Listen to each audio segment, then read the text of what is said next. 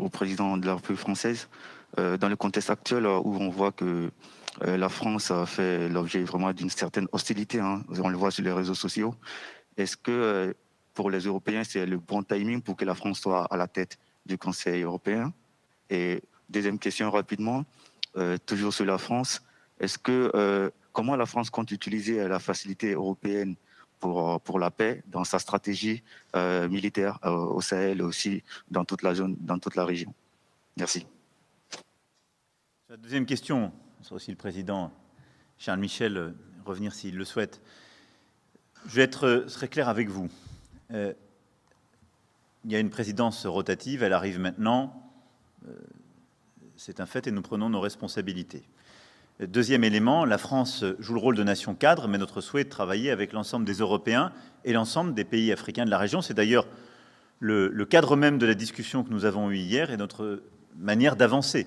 C'est exactement l'esprit de Takuba et de ce que nous avons fait ces derniers mois, travailler en soutien, en appui avec les armées africaines concernées et en lien étroit avec tous les Européens qui sont prêts à travailler avec nous.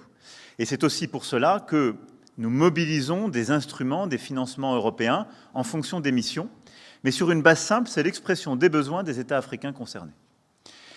Enfin, comme vous, je constate ce qu'il y a sur les réseaux sociaux, parfois dans la rue, mais vous êtes journaliste, et donc votre rôle n'est pas simplement de suivre, je crois, ce qui se dit, mais d'essayer de comprendre qui parle et d'où. Je constate que beaucoup de gens qui expriment sur les réseaux sociaux les messages anti-français sont des gens qui sont financés. Ce sont des activistes qui sont financés par la Russie et par d'autres puissances qui ont installé, en effet, ce discours, ce langage. On en a parlé d'ailleurs très franchement hier. Et ce discours, d'ailleurs, vient parfois frapper des dirigeants. Plusieurs ici ont eu à le vivre en Afrique.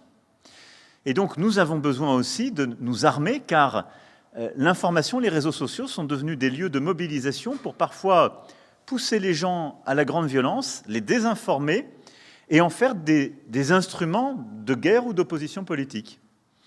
Et je pense que ce qui est très important, c'est de bâtir un cadre d'information neutre, libre, partout dans nos démocraties, mais de savoir, quand on évoque les phénomènes que vous évoquez, d'où ils viennent, qui parle et au nom de qui.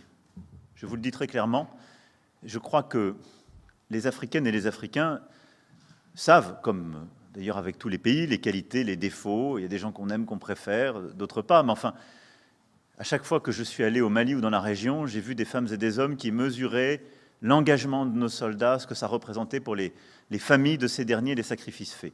J'ai vu aussi parfois des activistes bien payés dire le pire des contre-vérités massives. Et donc je pense que notre rôle est de le dénoncer comme dirigeant et pour vous de rétablir la vérité comme journaliste. D'un mot, je peux affirmer que l'Union européenne et les États membres sont parfaitement engagés, parfaitement unis, parfaitement rassemblés. Effectivement, nous travaillons aussi pour améliorer notre capacité de mieux rencontrer les besoins en termes de coopération sur le terrain de la sécurité et de la stabilité. C'est le sens de cette facilité paix. Et comme je l'ai indiqué tout à l'heure, nous avons eu l'occasion hier soir d'évoquer avec les partenaires africains de manière plus opérationnelle et précise quels sont les besoins précis que nous allons être à même de rencontrer, Union européenne plus les États membres. Et d'ailleurs, hier, la participation significative de nombreux leaders européens montre bien cet engagement de nombreux États européens qui partagent totalement cette conviction qu'il ne suffit pas d'être sur une même ligne en termes de position politique, mais aussi d'être mobilisés avec un leadership français qui est extrêmement important. Dans le cas, ça a été dit, de la présidence rotative de l'Union européenne, aussi un engagement pour cette relation entre l'Europe et l'Afrique.